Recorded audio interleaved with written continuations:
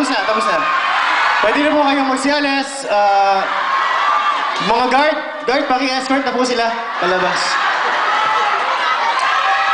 Ano? I know you want more, pero... Si Piolo po, pinauwi ko na. Pinauwi ko na kasi hindi naman kailangan ng presence niya rito eh. Ba't pa kakailangan? Nandito naman ako.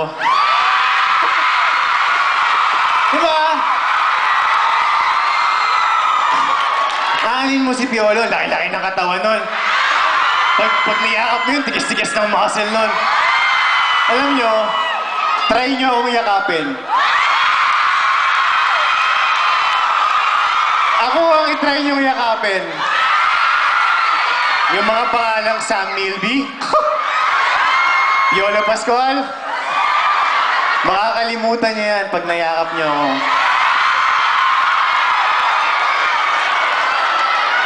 Bigyan ko kayo ng sneak peek, ha?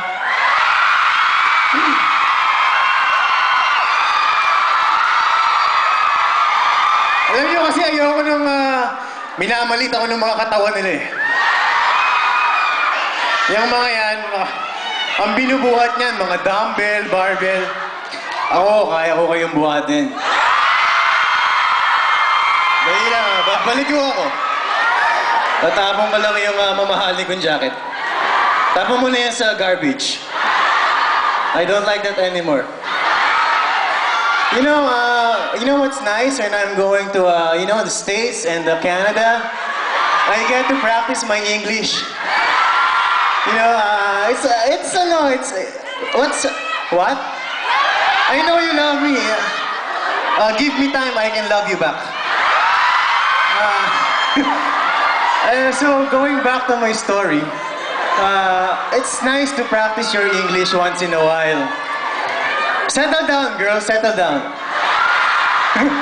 Come on, settle down. There are people in the back. They wanna see me. They wanna experience my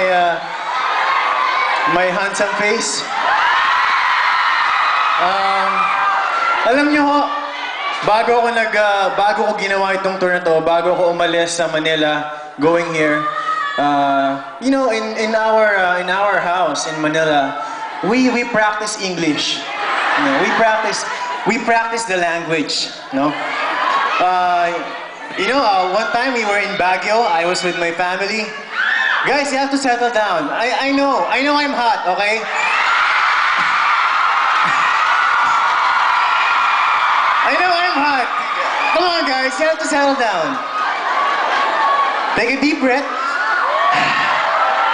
Okay? I was in Baguio with my whole family. So, what? I'm sorry, I don't understand you. Are you gonna let me go on with my story or what?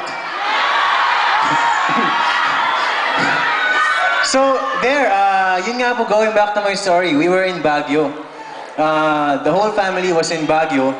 So, pauwi na ho kami. We'll take it from there. Pauwi na kami. Si-share ko lang sa inyo yung pagpa-practice ng family namin ng English, okay?